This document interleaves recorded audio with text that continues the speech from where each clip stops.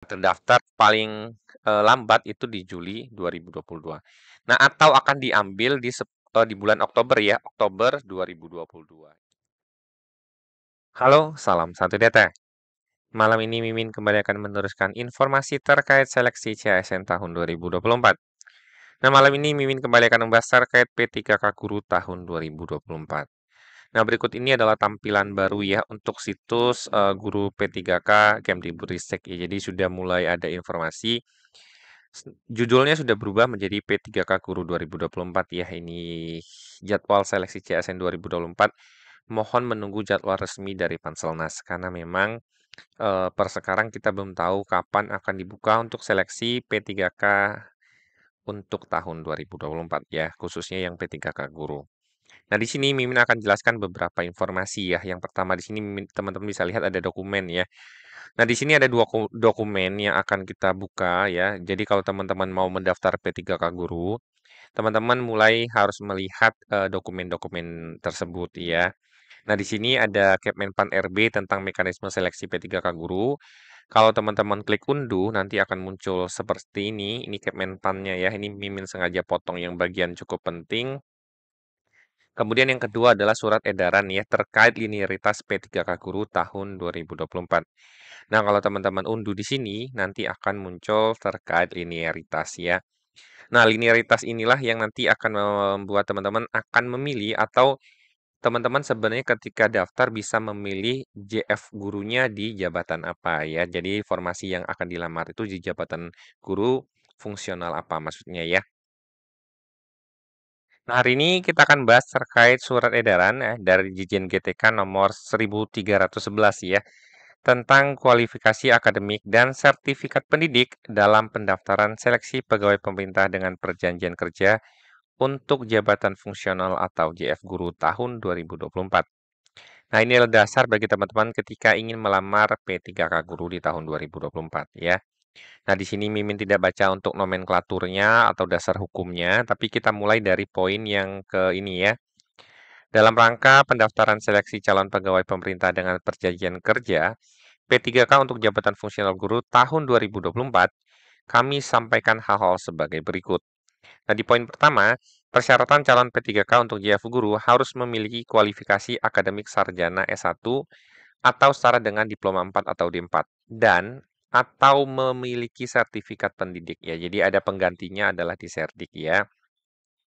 Kemudian yang kedua ya, ini adalah calon P3K untuk JF Guru mendaftar sesuai dengan sertifikat pendidik yang dimilikinya.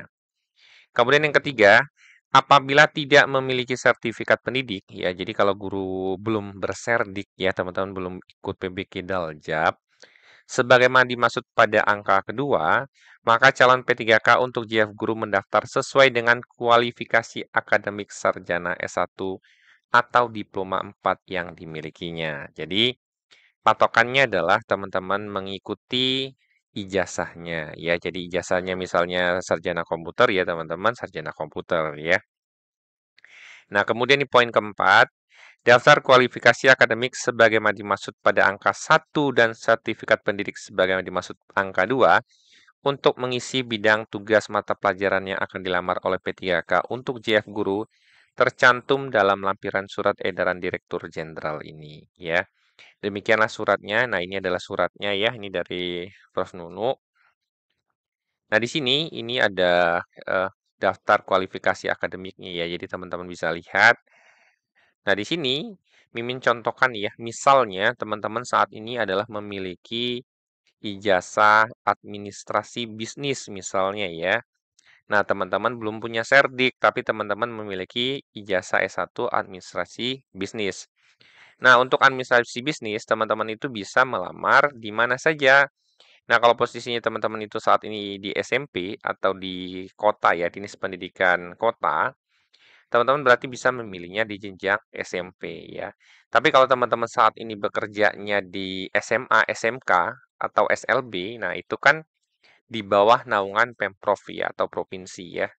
Kalau jenjang Dikdas, itu kan teman-teman tahu bahwa itu menjadi kewenangan dari kabupaten kota masing-masing. Tapi untuk Pemprov itu menaungi SMA, SMK, dan SLB. Jadi kalau untuk teman-teman administrasi bisnis, Kalau mengajarnya di SMA itu bisa lintas ke SMK juga ya, bisa mengajar SMA itu untuk mapel guru ekonomi, guru prakarya dan kewirausahaan PKWU, kemudian di SMK bisa memilih guru ekonomi atau bisa memilih guru MPLB ya, manajemen perkantoran dan layanan bisnis atau OTKP dulunya ya, atau guru pemasaran ya, ini bisnis retail berarti ya. Jadi untuk teman-teman yang memiliki ijazah ini ya, S1-nya ini bisa memilih yang di sini gitu ya. Nah, itu adalah contohnya. Kemudian misalnya yang paling umum teman-teman mimin rata-rata misalnya di teknik informatika bagi teman-teman yang mengajar di TKJ, RPL dan MM biasanya ya.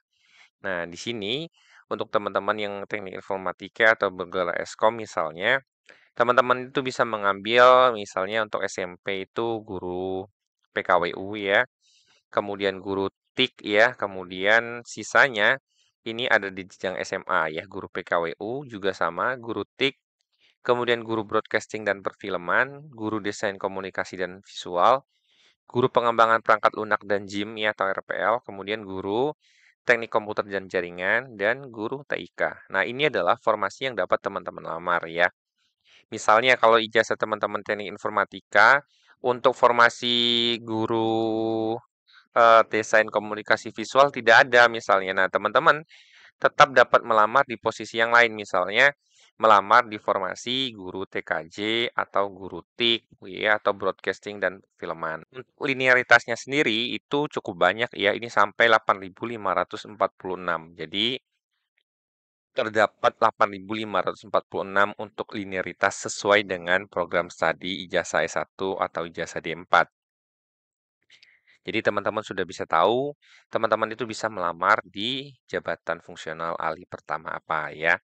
Kemudian berikutnya, yang poin selanjutnya adalah yang linearitas serdik ya. Jadi kalau teman-teman lihat di sini, teman-teman memiliki misalnya ya yang agak cukup banyak itu adalah kemudian untuk linearitas sertifikat pendidik ya, Mimin contohkan di sini misalnya ada untuk teman-teman yang punya serdiknya adalah ekonomi ya, dengan kode serdiknya 210. Jadi teman-teman bisa cek kode serdik teman-teman itu apa ya, dan pasti sudah tahu ya. Nah, untuk ekonomi misalnya teman-teman itu bisa mengambil apa saja. Di SD teman-teman bisa menjadi guru kelas ya. Kemudian SMP itu jadi guru IPS ya, dan kemudian SMP ini menjadi guru PKWU. Nah, seperti yang Mimin sampaikan tadi ya, teman-teman hanya bisa memilih sesuai dengan jenjangnya ya. Kalau teman-teman itu adalah di Dikdas ya, berarti ini ranahnya kabupaten kota ya, teman-teman bisa milihnya berarti SD atau SMP. Nah, ini adalah bagi teman-teman yang di Dikdas. Nah, kalau teman-teman ini posisinya saat ini adalah mengajar di SMA atau SMK, teman-teman bisa memilihnya di bagian yang ini ya. Jadi sampai jatah ini bisa lintas ya. Teman-teman yang saat ini mengajar di SMK bisa ngambil di SMA juga. Teman-teman yang mengambil SMA bisa ngambil ke SMK juga ya. Jadi teman-teman bisa ngambil guru ekonomi di SMA, guru PKWU, kemudian bisa jadi guru akuntansi, kemudian guru ekonomi di SMK, kemudian guru IPS juga di SMK, kemudian ada guru pemasaran juga ya. Nah, ini adalah bagi teman-teman yang memiliki serdik ya. Jadi teman-teman ada pilihan lain di luar ijazahnya yaitu menggunakan sertifikat pendidik. Nah, kembali ke sini, jadi kalau teman-teman lihat ya, ada poin ya. Poin ke-27 ya di Kemenpannya, pelamar yang memiliki sertifikat pendidik linier dengan jabatan yang dilamar dan terdaftar dalam pangkalan data Kementerian Pendidikan, Kebudayaan Riset dan Teknologi mendapat nilai paling tinggi sebesar 100% dari nilai paling tinggi kompetensi teknis. Nah, dalam artian nilai kompetensi teknis teman-teman itu adalah sempurna ya, nilainya sebesar 100%. Kemudian untuk kategori pelamar seleksi P3K Guru 2024, ini sudah Mimin sampaikan di video Mimin sebelumnya ya. Jadi bagi teman-teman yang baru ngelihat video Mimin, jangan lupa di-subscribe atau lihat video yang sebelumnya juga biar teman-teman mendapatkan informasi yang tidak terputus ya. Nah, kemudian untuk menjawab beberapa pertanyaan dari teman-teman nih ya. Nah, di mana pertanyaan yang paling banyak itu adalah tahun ini, seperti yang disampaikan ya, guru swasta itu tidak dapat melamar, itu adalah poin yang pertama ya. Berarti memang tidak seperti tahun kemarin yang punya posisi P4 atau pelamar umum ya. Tahun ini kita tidak kenal istilah P4 ya. Jadi dia hanya sampai di teman-teman guru non-ASN. Nah, kemudian pertanyaan yang masuk ke Mimin, Min, eh, yang dimaksud dengan 2 tahun ini ya, aktif mengajar paling sedikit 2 tahun atau 4 semester secara terus menerus ini seperti apa gitu ya. Nah, berdasarkan hasil rakor kemarin, itu kalau Mimin tidak salah ya, itu terdata di Dapodik Juli 2022 ya. Nah, terdaftar paling lambat itu di Juli 2022. Nah, atau akan diambil di bulan Oktober ya, Oktober 2022 ya, antara itu ya. Soalnya yang terdata di RTG ya, aplikasi RTG Ruang Talenta Guru saat ini itu adalah di Oktober 2022, tapi kemarin rakor itu adalah di Juli 2022 ya. Nah, yang masuk ke sini apakah yang dihitung menggunakan SKTMT? Bukan ya teman-teman ya. Yang dihitung itu TMT-nya adalah TMT yang ketika terdata di Dapodik. Misal teman-teman tuh sebenarnya 2021 itu sudah ngajar, sudah punya SKTMT dari kepala sekolah. Tapi ternyata teman-teman ya masuk ke Dapodiknya atau diinputkan di Dapodiknya tahun 2023, tetap aja yang dihitung yang 2023-nya ya. Nah, kenapa? Karena di Dapodik sendiri ya, ini mencontohkan ya. Nah, untuk melihat ini teman-teman tidak bisa lihat ya, karena ini menunya ada di operator Dinas Pendidikan ya, data Dinas Pendidikan.